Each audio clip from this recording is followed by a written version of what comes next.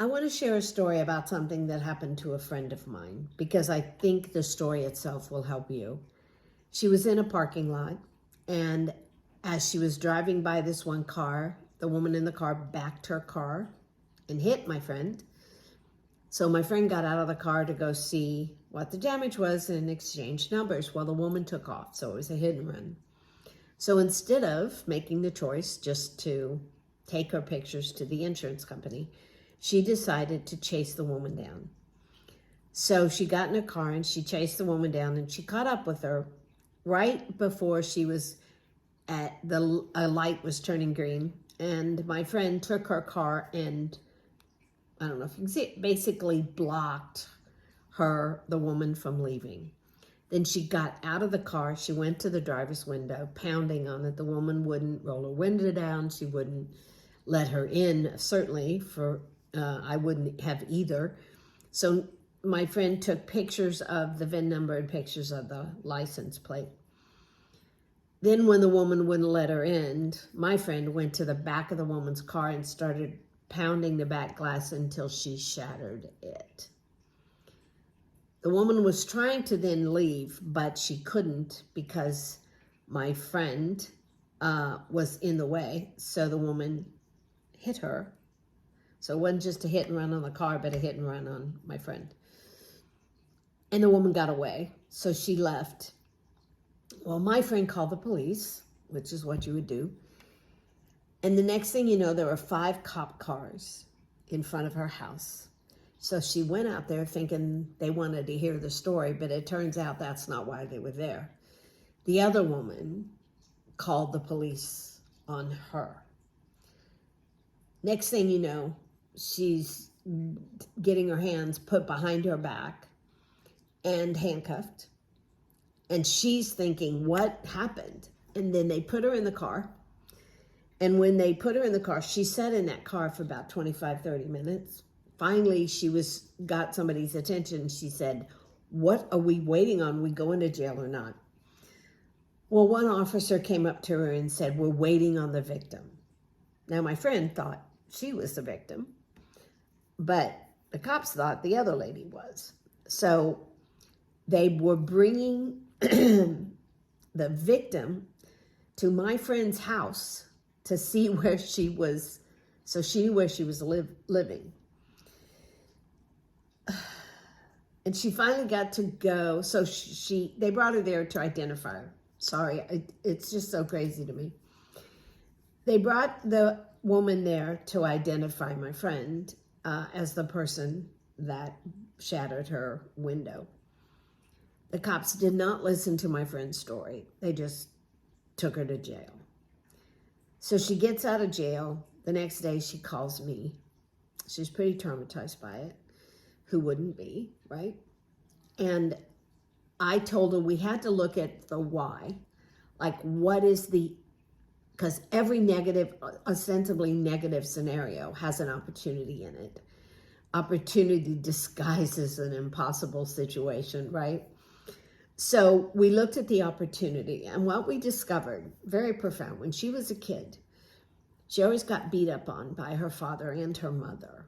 And they called her a liar. And her inner child was very wounded by that. Who wouldn't be? And also, she never got by with anything. So the slightest little bit of a thing happened and she would get a beating. Sorry, emotions. I promised myself this morning that I'd stop saying I'm sorry for emotions. I'm not. I like them. Anyway, so we looked into her pretty deeply, and turns out what was really happening is there were still some very old wounds in her soul about how she felt weak because she couldn't fight back. So anytime anybody did anything to her, she got mad at herself for feeling weak. She got mad at herself because she didn't stand up for herself. How could she? She was a kid. But that's the wounds of the inner child. And then the subconscious was just trying to protect that inner child, because that's the subconscious's job. And the subconscious, snapped into gear and go, get him. So the subconscious was the one dictating her actions that day. She was not in charge of her actions at all. It wasn't temporary insanity, but it was pretty damn close. And it was because her subconscious mind was not going to allow somebody else to hurt her again. It wasn't going to allow that person to make her feel weak. Sorry, we had a blip on the radar. What we also discovered was that the woman was weak, and she was symbolic of my friend and who my friend was as a child. And my friend was symbolic of her father and how he treated her. So there was so many opportunities to grow and to learn in this scenario. And we also believe, I strongly believe, that everything will be okay. Really, the car got hurt, but neither one of the women did. It wasn't a tragedy. It was horrible, but it wasn't a tragedy, and it could have been. Because I fully believe if my friend would have got the woman out of the car, she could have beat her to death. That's how mad she was. And that would have changed both of their life. So we looked into why these things happen. You've got to look at the opportunities in the impossible situations. You got to look at all of those, because that's all they are. These things happen to us because somewhere deep inside we want them to. Because like I've always said, nothing ever comes at you. It comes from you.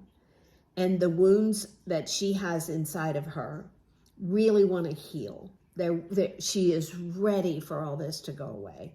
And when we are, the universe just goes, okay, let's fix it, and created the scenario. But keep in mind, remember, I always say we are the writer, director, and producer of our own lifetime movie. And this was part of her lifetime movie. And she has a choice now of what to do with it. Dig deep and heal, which is what she's going to do, right? Or not dig deep and heal and have it recur. Because until you fix something, you will always manifest scenarios that are opportunities for you to fix it. So if something comes up before it turns into a tragedy, when it's just bad and horrible and uncomfortable and miserable, and it's drama, fix it then. Stop accepting your reaction and create a new action. Next time something like this happens, she will stop before she gets that mad. She will stop before she gets in that car and chases the woman. She will stop before she gets out of her car and shatters the back window. Because this is a learning opportunity. It's so huge. It's a life-changing opportunity. And when those things happen, got to take full advantage of it. You got to be in there. You got to get excited. And you got to have joy at the opportunity and the gift that this scenario is to you. So be joyous and take advantage of every opportunity you can.